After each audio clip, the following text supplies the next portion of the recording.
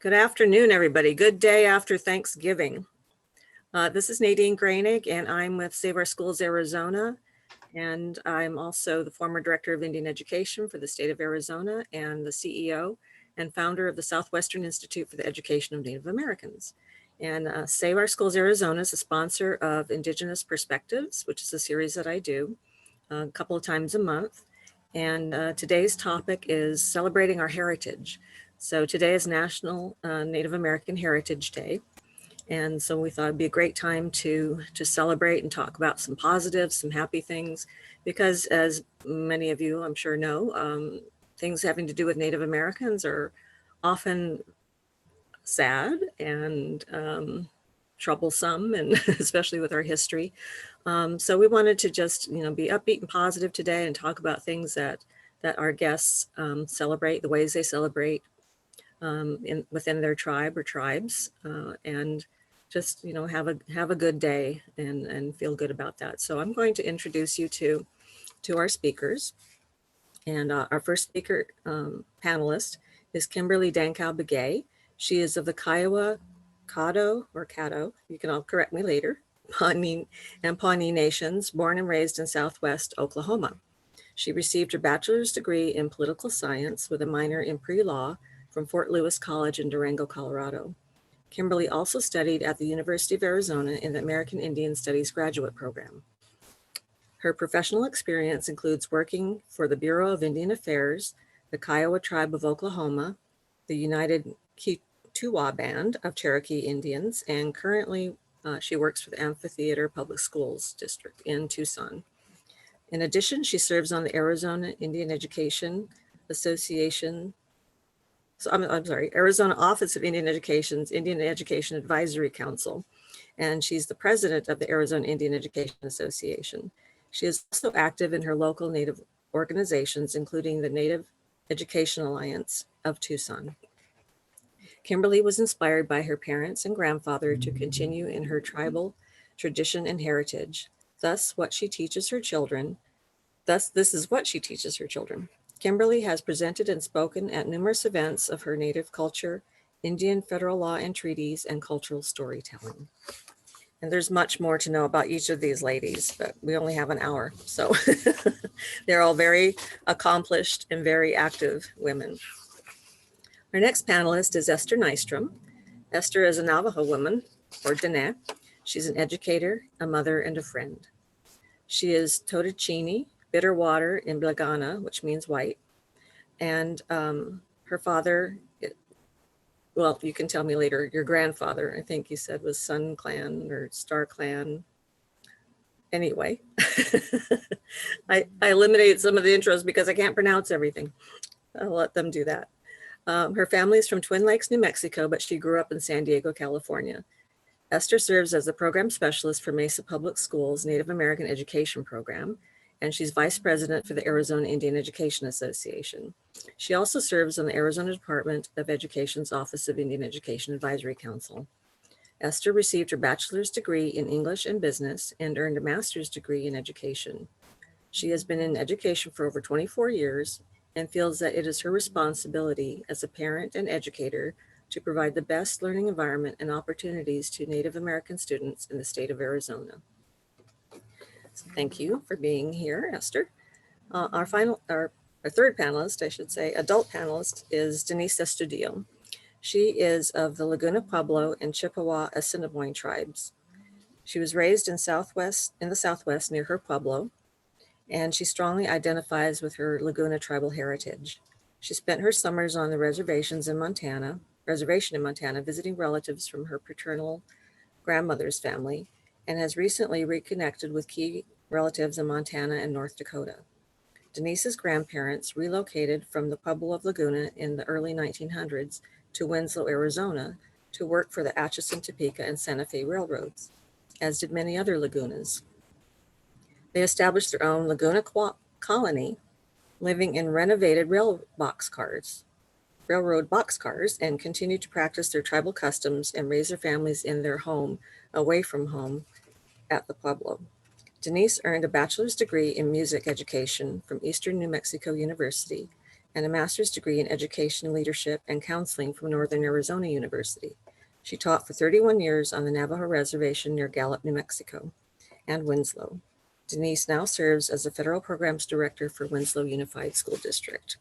And she is my sister, and not in the non-native sense, but in the native sense, because I'm also from Laguna Pueblo.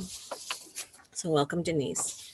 And our youth, not that you guys are old, but our youth panelist today is Azul Navarrete Valera, right? And you're on mute, so you need to take yourself on mute, but I'd like for you to introduce yourself because I didn't get her bio in time. So she's going to just say a little bit of something about herself. Hi, Gualitio Taki, Neona Toka, Asuna Barrete Valera. Hello, my name is Asuna Barrete Valera, and I am a senior at Tucson High. I am 17 years old. I'm the female co-president for Tucson Native Youth Council. It's the only Native Youth Council there is in Tucson. Locally, like we're more urban. So yeah, it's a pleasure to be here. And I'm getting to do some work for the amphitheater too, like the amphitheater community.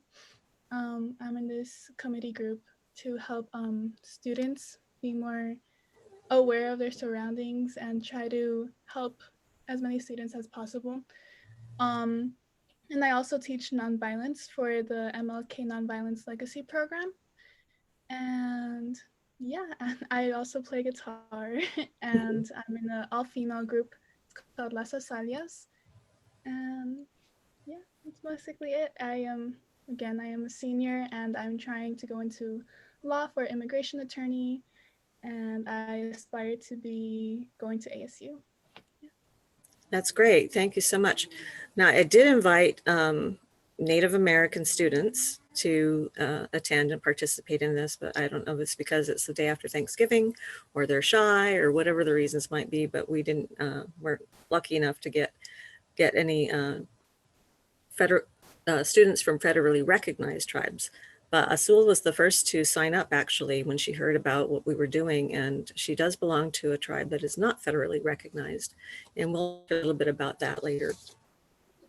So I'm going to ask some questions. Feel free, this is just an open discussion, and feel free to chime in if I didn't call on you already.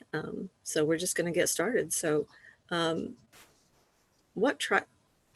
I'll go ahead and start just so we can get started. I'll go ahead and start with Kimberly. So what tribe or tribes do you belong to that I didn't mention, or I did mention? You want to tell us a little bit more about? Sure. She's laughing at me because I'm doing a terrible job today. You're doing an excellent Okay, they're all friends. They can job. You're doing great. Thank you. Well, first of all, Nawa Kwa Hatsoim Toya, Boigu Masep Chawi, na Oklahoma, Kimberly Dankow Begaye Khan. I just introduced myself in my Kaiwa language. I am of the Kaiwa tribe. I'm an enrolled member of the Kaiwa tribe on my father's side, and on my mother's side, I'm from the Caddo and Pawnee nations here in Oklahoma.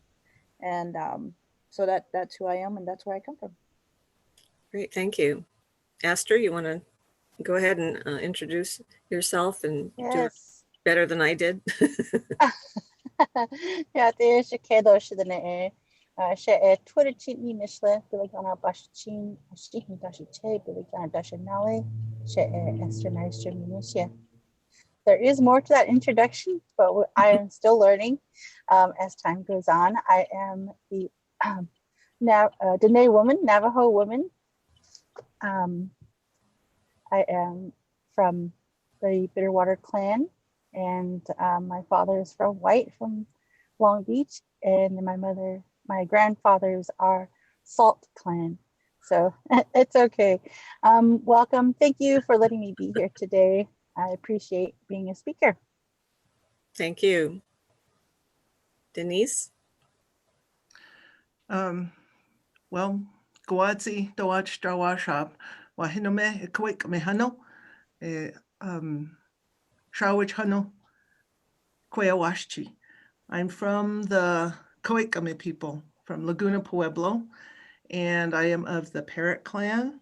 And my little clan is the Bear Clan. My mother is a Parrot Clan, and my dad was from the Bear Clan.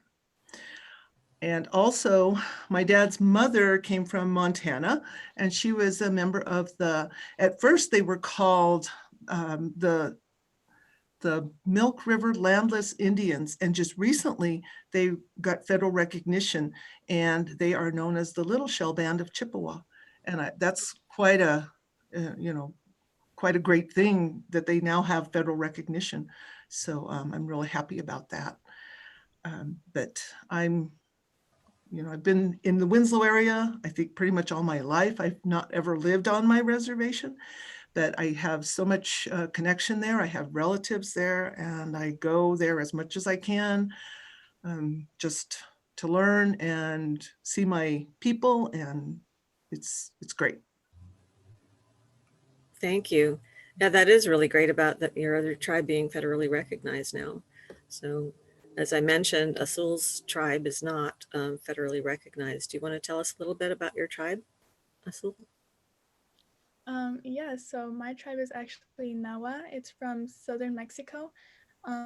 It's mostly around Puebla and Oaxaca and the states around that area, right? And it's not federally recognized, although it should, but it's not. And I feel like it's because of this kind of like whitewashing, I suppose, like, like we're called more so like Mexicans and stuff, like, oh, there's white blood in us, even though there's still very pure natives that are still existing that are Nahuatl people. And I feel like there's a form of whitewashing when Nahuatl people call themselves Mexicans or something like that, because it's just like, yeah, I'm not native, I'm not Indian, I'm Mexican, like stuff like that.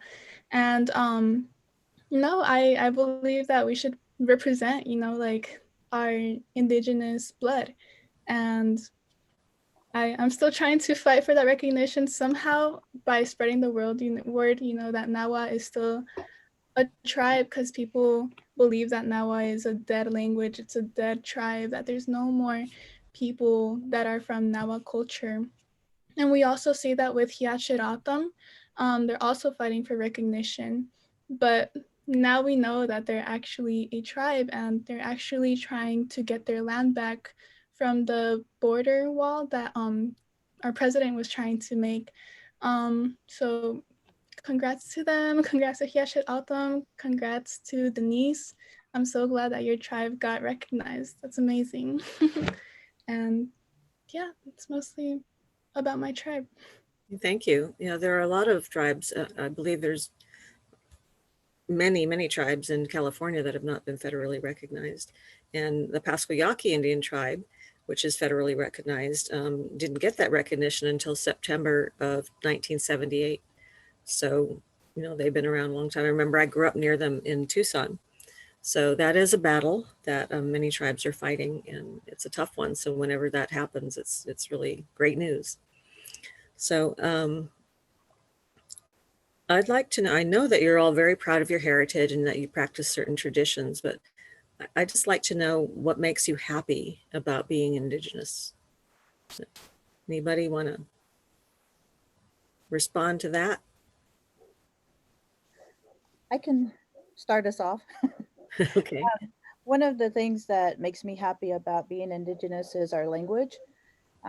It's very unique. Each tribe has their own unique language and how they speak. And when you try to explain what we mean from our language into English, translate that into English, there's more words that you have to use, it seems, to translate one word in our tribal language. And so it's unique, and it makes it special. When you know your language, even if it's just a few words. I think it's so beautiful hearing the many different languages that are out there, and we have over 576. That's just the federally recognized languages, but that's one of the things that I think makes me happy. Thank you. I'd like to go ahead and talk a little bit about something that makes me really, feel good about and proud of my heritage is that realizing that I'm in the land of my origin, and my tribal ancestors who originated here. And, I'm not coming from another country. And even the theory of, the migration across the Bering Strait, for some of our indigenous peoples, that's exactly what it is just a theory. I mean, there's no real proof in that. And knowing that a lot of origination stories of the indigenous people in our country, the origination stories start here. That their beginnings were here in these lands. And it's kind of funny, I was thinking about my mother, who watches the news a lot. And back during the time, recently where they had the racial tension and everything, and there was the protesters telling, chanting to, send them back, which, of course is unfortunate to hear all of that. But, she was listening to that and she says, send them back. Well, where are we going to go? We're from here. This is our land. We didn't come from any place. Where are we going to go back to? This is, this is where we originated. So I think that makes it just, I feel really good about that. Mm-hmm. So you feel solidly entrenched in the earth and this land and this country, right? Yeah, I mean, even though our country is a country of immigrants, and that's probably a discussion for later, but, Native people, indigenous people being so generous and opening up their lands and their homes, to accept immigrants and to accept people from other places. And, that's how it was back, way back in history. And I think that's how Native people are now too. Mm-hmm. That's very true. And Esther can probably, I mean, I can identify with Esther and vice versa, I think, because we have white fathers. So we have both indigenous and white blood in us. And that gives, we've never discussed this, so I'm assuming a lot maybe, but I think we probably have a lot in common in terms of, how we feel.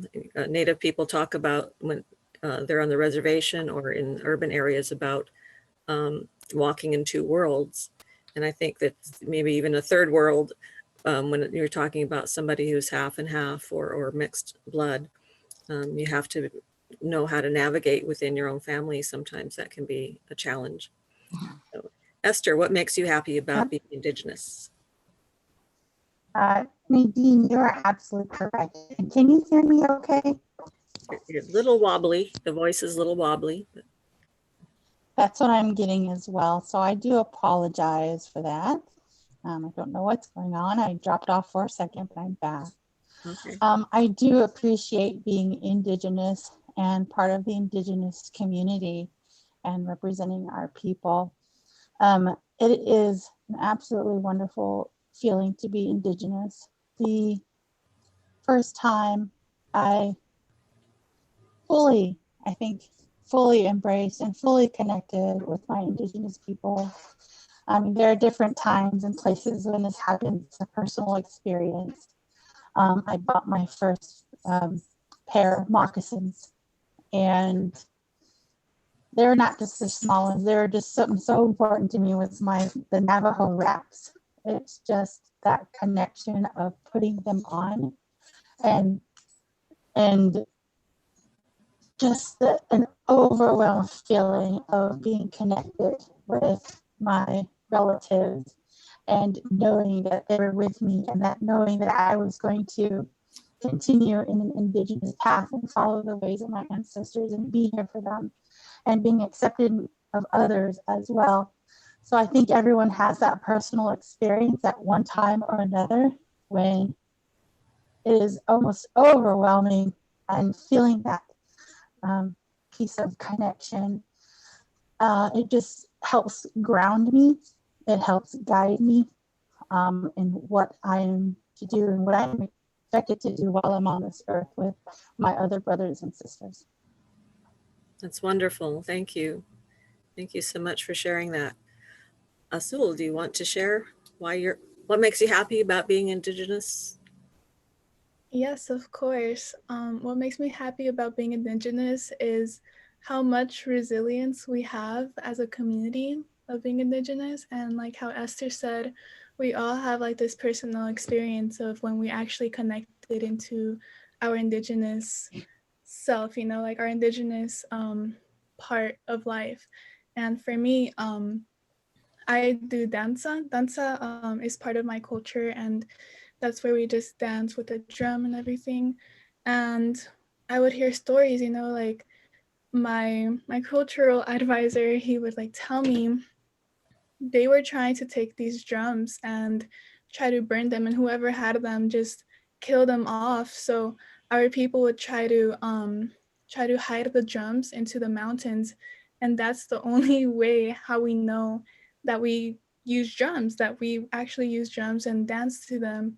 And I was just like, wow, like, can you believe that we're actually doing our ancestors' wildest dreams? You know, we're here now, we're still here. I love to say that because it's just crazy for me to think that our Indigenous people were fighting so much for now, for what we have right now. And that right there is just why I'm so grateful to be Indigenous, and why I owe thanks and give thanks to my ancestors every day for fighting for me to have this life that I have now. That's wonderful. Thank you. I'm sure all the panelists feel that way. It can be very difficult, of course, but today, when we imagine what our ancestors went through, even just your parents and grandparents, you know, then you can really appreciate the strength that is within us, you know, that gets passed down to each of us. So for our non-native audience, Kimberly, many non-natives have been to powwows, heard of powwows. We hear the term powwow on TV, on different TV shows and stuff like that, and it's often a misused term. So I know you've been head woman dancer at a powwow at least once. I don't know. So I was just wondering if you could just explain to people, kind of educate people what is a powwow? What is it really? Sure. I'll do my best.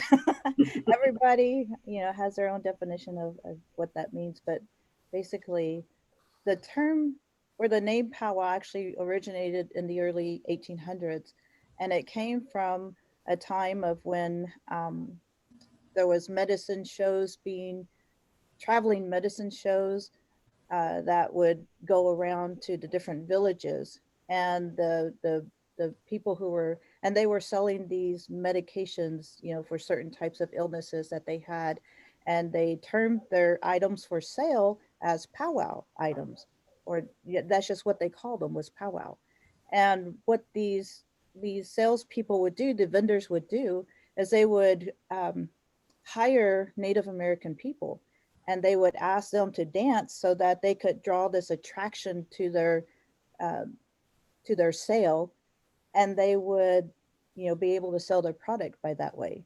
And so with the Native Americans doing that, for these shows, it's like an exhibition, and that's basically what the powwows are nowadays.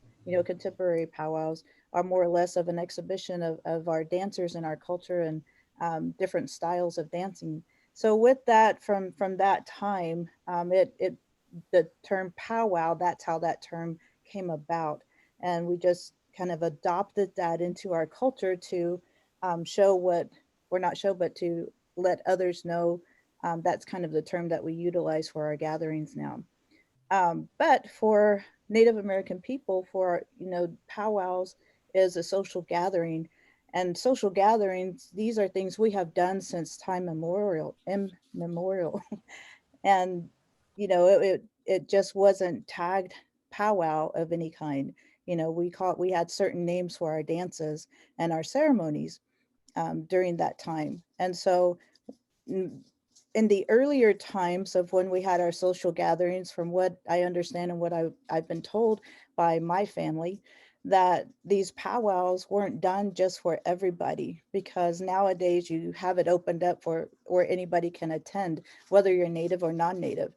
Back then, it was just only for people of your tribe or your family, and only certain invited outside your tribe people, non-tribal members would be invited to these gatherings. But that's how, we used to do it a very long time ago. And it wasn't until nowadays, the modern powwow that you have two types. There's one that I think it's competition and traditional. Competition powwows are where you have these huge sums of monies that are paid out to winners of each category. So for each category, you have different category of dance styles for the men, women, children, seniors. And with that, you have first, second, third, or fourth place, depending on how much money the sponsor's willing to share out. So those are competitive powwows where you go and there's a lot of our people who that's usually their way of life. There's even drum winners, certain groups who sing at the drum. Even in recent years, they've included powwow or 49 sessions, which drum group is the best 49 session they have. But there's just different things that they've added to it as the years pass through, and more modern and contemporary styles that they have, meaning the categories, that they have in the powwows. Traditional powwow is where you don't have a significant amount of money, but as Native peoples, we always provide some sort of gift to those who come and help us out. So for instance, you mentioned me as a head lady dancer. There's a monetary gift, or even if it's just blankets or some type of goods, that they provide. It doesn't necessarily have to be monetary, but whatever the sponsor or whether it's a family or organization, whatever they feel in their heart to give to you for helping them out, that's usually what a traditional powwow is like. So I hope that kind of helps clarify. Yeah, thank you. That was very thorough, and I learned some things. So I attended my first powwow. My older sister's almost 12 years older than I am. She's the number one in the family, and I'm number 5 out of 6. And that was when I kind of connected to my tribe. I actually was able to get dressed in the regalia and go there. And so I witnessed what you're talking about for the first time there. And I was very impressed by my sister because she helped organize it. And I thought, wow, first time she impressed me. No, I'm kidding. Anyway, she's probably listening and going, oh, anyway. So you mentioned that some of the original powwows weren't, it was just for the tribe or just for the family. And now they're more open. So there are still ceremonies I know that are closed to just tribal members. And one thing that I missed out on, I missed out on some of those because I don't speak my language. And so even that can be a requirement of some of the more spiritual ceremonies that go on. And but I was allowed. My mother did take me to a ceremony where I didn't have to speak. And I was very moved by that, just having that knowledge that it made me special because I was allowed to be there and to participate in this. And it was very spiritual and very moving, and I'll never forget it. So for the kinds of ceremonies that each of you, I deliberately tried to get people from different tribes so we could see differences and also what may be in common. But for the ceremonies that you are allowed to share or talk about, Denise, can you tell me, how your family celebrates, or how Lagunas or one of your other tribes just celebrates good things or has ceremonies and what those might be like? Okay, well, at the Pueblo, they have social and the sacred ceremonies, dances. And of course, the social ones are like the feast days. And all the New Mexico Pueblos celebrate their feast day. And that comes from the coexistence of the Catholicism, which was accepted by the Pueblos, and then also a celebrating of kind of like a Thanksgiving. I know at Laguna, there's two, and the patron saint of Laguna Pueblo is the village of Laguna is St. Joseph. So on St. Joseph's feast day, they have a big celebration, the feast day, and that comes in September. It's actually in March the 19th, but my understanding is that they were asked to move to September because that was the time of the harvest. That was a time where, you know, the crops were ready and they could gather in the corn and the melons and things. And so way back then, that's what they used to feed the people because there were no grocery stores nearby or anything. So, and that's still a big celebration to this day, even though this past year, they didn't have the feast day celebrations because of COVID. So, but I don't know. I think Nadine, you were asking about like what traditions my family does. I was looking at the list of questions and anything that's unique to my family that the rest of the tribe necessarily doesn't do. Is that what you kind of wanted me to? Yeah, I was just curious because, you know. Okay, well, the first thing that came into my mind is music. I have a very musical family. 6 siblings in my family were very much inspired to, I think most of us, we all went to school. We all participated in music, in band. And then when we graduated from high school, 3 of us went on to college to major in music and eventually became music teachers. And the others, the 3 other of my siblings participated in music in some way. And I am thinking, you know, people kind of know us for that. People know my family for that, but that's not something we just decided on our own. When my grandfathers came from the Pueblo to live in Winslow and work for the Santa Fe Railroad they got members of workers together to form a band. And these happened to be all the Native American men, which of course the majority of them were from the Pueblo of Laguna. And they formed what was called the famous Santa Fe Indian Band, and which was very much an influence in our lives. And our grandparents and our parents participated in this. And so that kind of became our calling. And, you know, I thought, wow, you know, this is really something. I mean, we're all decent musicians. You know, some of us, we use it to make a living. We've either taught or we performed.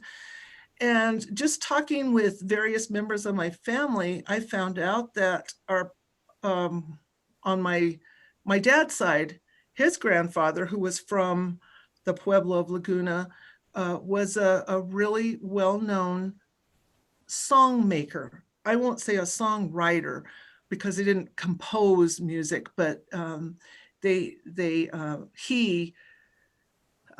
was inspired to create songs for the ceremonies. And he is known for that. And I thought, wow, you know, that is probably an innate ability or a talent that was passed down from that culture, from that belief system that we ended up, you know, fostering in our own lives in modern times. And so I thought about that. That's something I think that derives specifically from that cultural awareness, you know, that our great grandfather had in his life. So That's wonderful. I've heard Denise sing. She sings very well. And so, and clearly when you hear me sing, you know, we're from a different line. My mother and your father. Very well, Nadine.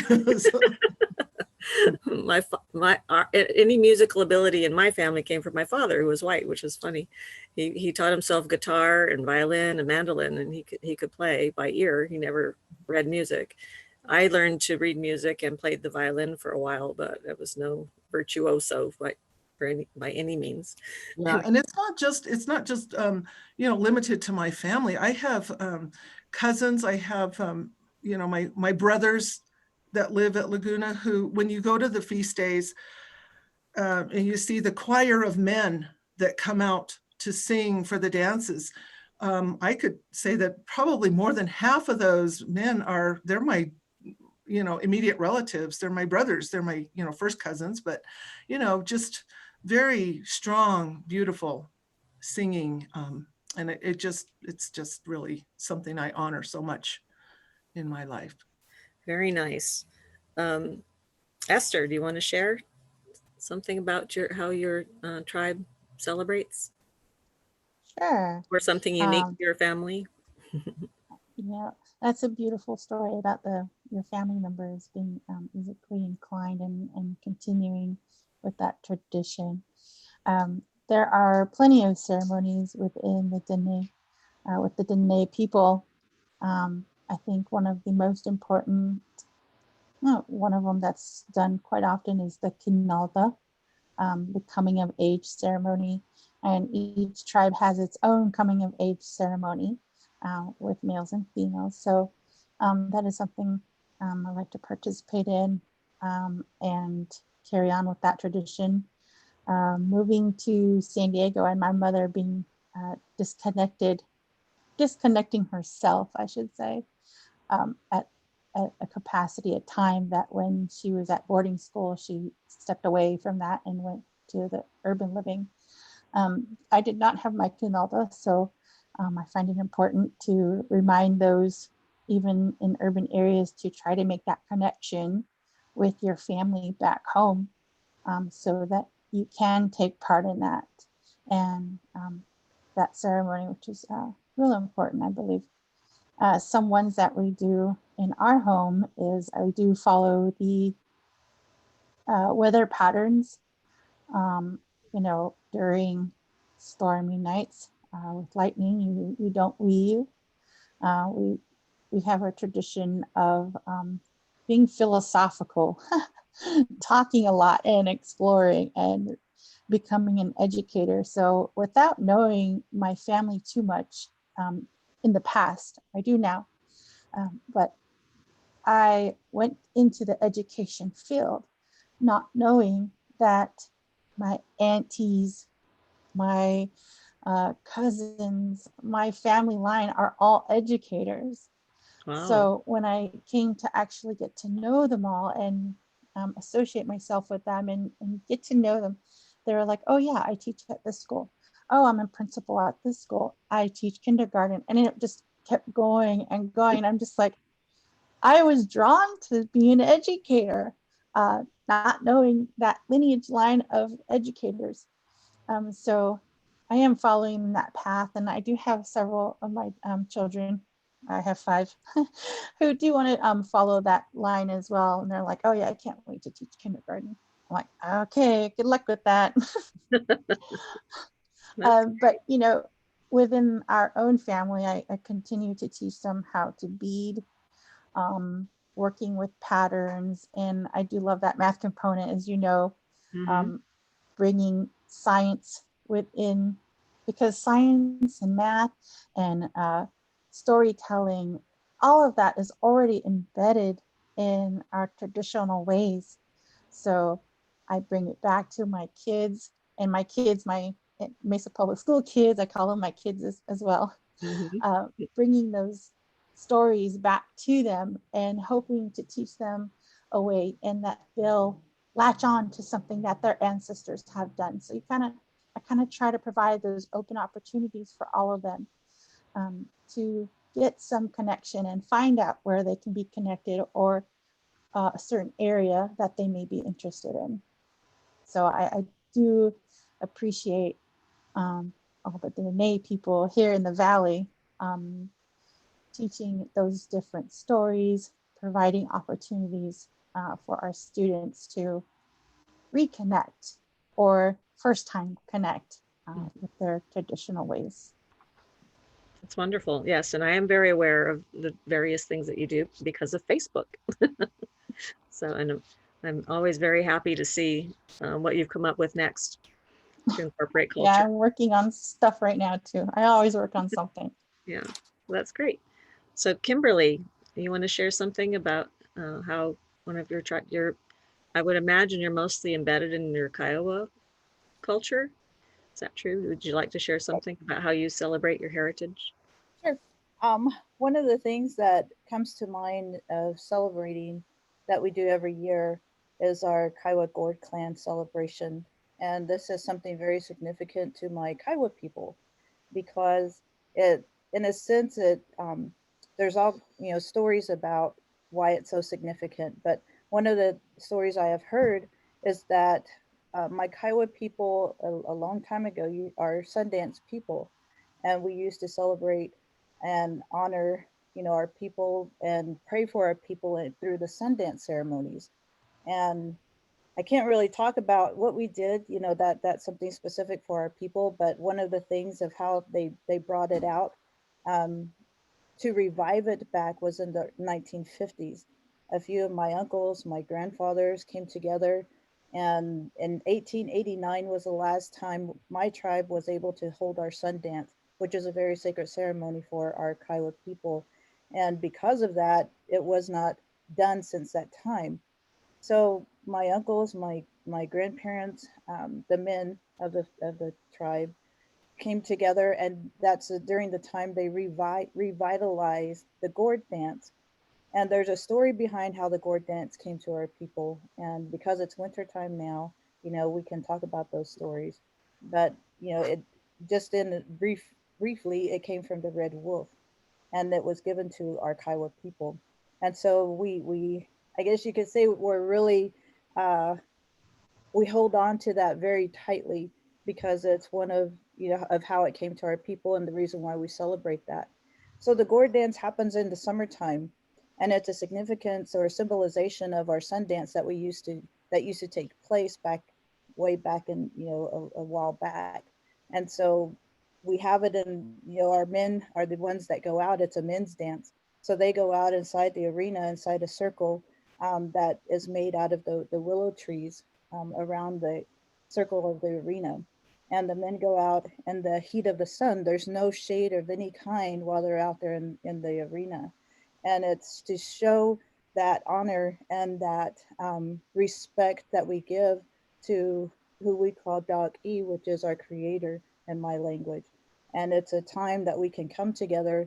I've heard a lot of my relatives call it our Kaiwa New Year. I haven't heard that, but it's like just like powwows, it becomes a modern term that's picked up, and so that's something that a lot of my relatives say that. Again, I haven't heard that within my own family, but it's a time that we come together because during the Sundance times is when our people would.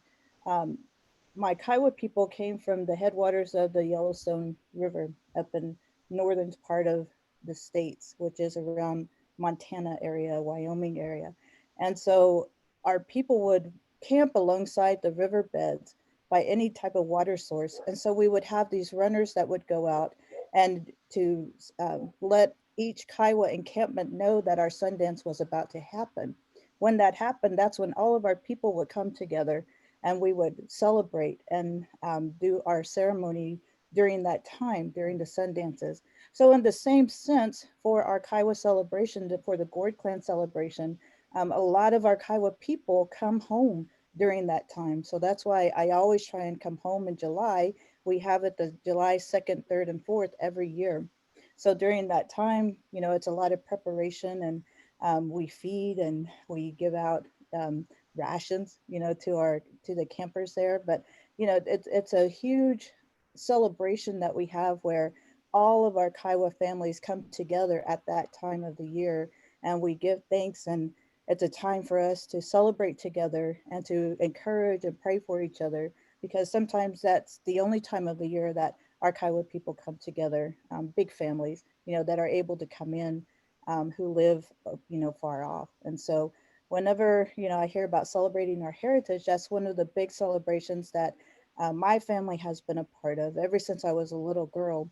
We would go down and be a part of that. My grandparents always camped. And that's the other thing, if you're Kaiwa and familiar with our Kaiwa Gourd clan celebrations here in Oklahoma, certain families have certain spots that they camp at every year. So heaven forbid you cross over, you know, into one of those spots. Don't But take my spot, right? right. That's So, like putting your chairs at the plaza during the dances. You don't dare take somebody else's spot with your chairs. or even you know, being in certain ceremonies or something, you know, they lay down their Pendleton blankets that is reserved for their families, and so you don't, you know, it's just a known custom that you do not bother or take that place. You know, I guess that's another custom that's kind of shared across, you know, the board with all tribal nations. It's not just one specific tribe. It's just kind of like a known custom, you know, when Yeah, you see that happen. And that so, kind but of brings, oh, I'm sorry. Go ahead. that's okay. But that's one of the bigger celebrations that we participate in. Of course, we have a lot of our old society um, celebrations that my family also participates in, but I can talk about that at another time. But that's just one of the bigger ones that we have. You know, talking about how, you know, that's something that kind of goes across the board, or all tribes have something similar to, you know, marking your territory or your spot at a celebration or a dance or something like that. Kind of brings me to the other question that I had. And I was just wondering, you know, so often we think that being of a different tribe or different race or different color or language or whatever it might be, different nation, that we're so different from each other, when actually I think we probably have much more in common. When after all, we're all human beings. So I kind of wanted to know, and I'm going to start with Azul on this one because she is from a tribe in Mexico. And so I wanted to know, and you mentioned a little bit about drumming and dancing, but I wanted to know, after hearing all these other ladies speak about different celebrations or culture, or yes, cultural um, times together that their families or their tribes have. What can you tell us is similar maybe to how your tribe celebrates, or different? Yes, so we actually celebrate the two most important ones would be the Dia de los Muertos, Day of the Dead ceremony. That's a that's a very long one because it does go overnight. So what we do is that we gather around in a house, and you know, there's a drummer, there's songs, there's like this one song that we sing in specific, and we have this list of many of our family members or friends, loved ones that have passed away, and we sing the songs. You know, we inherit their names into the song as we have like the door open, because we believe that their spirits can come in. And we also have the altar, and just like how usually Mexicans do it, you know, like how Dia de los Muertos is really, really well known. And this goes on for 2 days. We stay overnight at that person's house. I feel so bad for the neighbors sometimes because they have to hear like this drum, but and yeah, we also have sage and medicine there, and it's really, really powerful, I would say, because the energy that is flowing around the room is something else. Like, I cannot describe it with words or with anything, because it's just very surreal, and it's an amazing experience, honestly. And it goes for 2 days, because the first day is meant for children and infants that have passed away, and then the second day is for adults that have passed away. So we try to honor them with those days, those 2 days, 1st Novembers. And then we also have New Year's, which is on March 11th. And it is called, I have it on my notes because I cannot remember it. And it's called Yankuik Shiwitl Chikye Tekpatl. But usually it's called Yankuik Shiwitl because that means New Year's. And then Chikye Tekpatl means 8-year flint. So 2012, when everybody thought that the world was going to end because the Aztec calendar ended, that's when the calendar actually reset. So it's been 8 years since then. And that's what Shikie means. That means 8 years, or number 8. And what we do is we have 3 fires that go on, and we have them in people's houses, so they're like safe. We cannot touch them. Do not turn them off or anything. Like, you cannot do anything with it. It has to stay lit until 11, 10, 9, 8, until March 8th, because that's when we turn them off, pray, and thank that year. And those 3 days are for prayers only, and just to be grateful for the year that we had. And then March 11th, we do the special ceremony, and we create a fire out of wood, wood, and the special thing that makes fire as well. So we make fire, and then we create a circle, and inside of the circle is where children are at, because they're our future, you know, so we have to bless them first and then on with the other people. And yeah, we create that fire for the new year. And I believe that's really special because it's somewhere where we're all at. We're all celebrating. It's like New Year's, you know, like December 31st. So it's really important because we're just in a gathering. I'm so glad that we got to do it this year, just by barely, because it's March 11th, right? So we weren't in quarantine by then, but hopefully we get to do it next year. And yeah, those are two celebrations or two ceremonies that we usually do. Mhm. Thank you so much for sharing. So yeah, as our audience can see, different groups of people have different ways of celebrating New Year's. It even comes at different times for different people, but it's still a celebration of life, of new life. So as usual, this hour goes by very quickly because we have a lot of great things to talk about and a lot of great input. So I'm gonna end the session with one last question, and anyone can answer this. What do you think, in your opinion, non-native people can learn from tribal practices, from different celebrations, the way we celebrate, the way we interact with each other, the way we interact with other, you know, tribes maybe, or other people outside of our tribe? What do you think non-native people can learn from us? Esther, I'll ask you first. All right, thank you. Can you hear me okay? Yes. Mhm. Okay. I just completed a training with several teachers this past month during Native American Heritage Month. And I think the one thing that we can pull from our Native American tribes and Indigenous people of Americas is that we are all Native American. However, we are from specific tribes. Bunching us up together in one fell swoop, we need to be divided out. We have lots of similarities, but specifically we are our own people. Just bunching us up in one group is not appropriate. Trying to find out additional information about which tribe that person comes from will benefit a relationship so much better and build a friendship and trust and all of those wonderful pieces that come with bonding.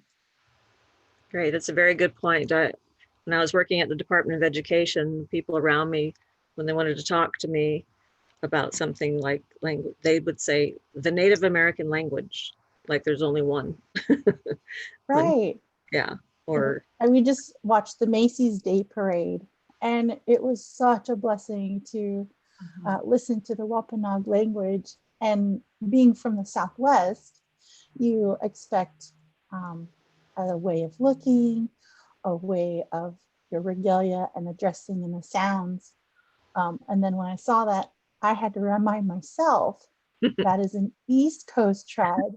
And of course, they're going to be different. Of course, their language is going to sound different and looks and everything. So I had to pull myself back and actually remember that, oh yeah, all Southwest Native Americans don't look all like everyone in the Southwest. Yeah. So, but that was a blessing to hear that piece of the Wampanoag people and the blessing there. So very excited. Good. Thank you. Kimberly, you want to say something about that? What can non-native people learn from native Indigenous people? Sure. I could probably sum it up in one word is respect. Just respect, just along the lines of what Esther mentioned. what everybody has mentioned in this conversation this evening, you know, to know that there are many of Native Americans that are still out there, a lot of indigenous peoples out there, because they're not all from the Americas.